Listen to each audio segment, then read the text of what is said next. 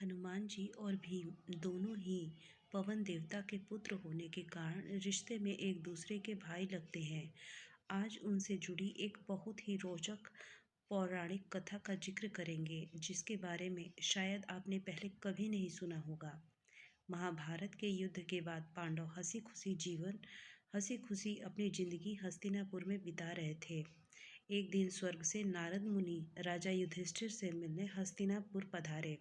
उन्होंने कहा, यहाँ धरती पर आप सभी खुश हैं और उधर स्वर्ग में आपके पिता बहुत दुखी हैं।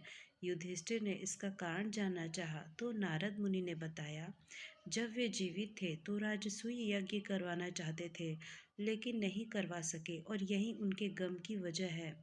पिता की आत्मा की शांति के लिए इस यज्ञ को करवा लेना ही बेहतर है।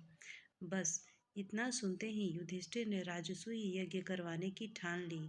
इस आयोजन को भव्य बनाने के लिए युधिष्ठिर ने भगवान शिव के परम भक्त ऋषि पुरुष मृगा को आमंत्रित करने को सोचा।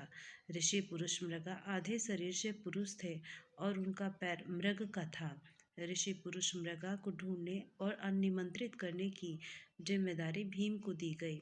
जब भीम निकलने लगे तो श्री कृष्ण ने उनको बताया कि ऋषि पुरुष मृगा की गति बहुत तेज है और उनका मुकाबला न कर पाने की स्थिति में वह भीम को मार डालेंगे। इस बात को सुनकर भीम को चिंता हुई, लेकिन बड़े भाई की आज्ञा का पालन करने के लिए वे निकल पड़े। हिमालय की ओर जाते समय रास्ते में उन्हें हनुमान जी मिल गए। भीम ने उन्हें पूरी बात बताई। भीम के मुंह से पूरा किस्सा जानने के बाद हनुमान जी ने उन्हें आशीर्वाद सहित अपने शरीर के 3 बाल दिए और कहा कि संकट के समय ये काम आएंगे। कुछ दूर जाने पर भीम ने ऋषि मृगा को देखा। वे उस वक्त शिव की आराधना में लीन थे। भीम ने उनसे मिलकर आने की वजह बताई। ऋषि मृगा ने निमंत्रण स्वीकार कर लिया और भीम के साथ चलने को राजी हो गए। हालांकि उन्होंने भीम के सामने एक शर्त रखी। शर्त के अनुसार भीम को उनसे पहले हस्तिनापुर पहुंचना होगा। अगर ऐसा नहीं होता है तो वो भीम को खा जाएंगे। भीम ने शर्त को स्वीकारा और हस्तिनापुर की तरफ भागे। पीछे मुड़कर देखा तो पता चला कि ऋषि पुरुष मृगा बस उन्हें पकड़ने ही वाले हैं। यह देख उन्हें हनुमान जी द्वारा दिए गए 3 बालों के बारे में याद आया। भीम ने उनमें से एक बाल जमीन पर गिरा दिया। देखते ही देखते वह एक शिवलिंग बन गया। चूंकि ऋषि मृगा भगवान शिव के परम भक्त थे, तो उन्होंने पहले रुककर प्रणाम किया, फिर दोबारा भीम के पीछे दौड़े। भीम ने जब पीछे देखा तो पता चला कि फिर से ऋषि मृगा उन्हें पकड़ने वाले हैं। स्वयं बचाने के लिए उन्होंने एक और बाल जमीन पर गिरा दिया। इस बार एक नहीं बल्कि बहुत से शिवलिंग बन गए। ऋषि मृगा शिवलिंग को प्रणाम करने में लग गए और भीम हस्तिनापुर के द्वार तक पहुंच गए।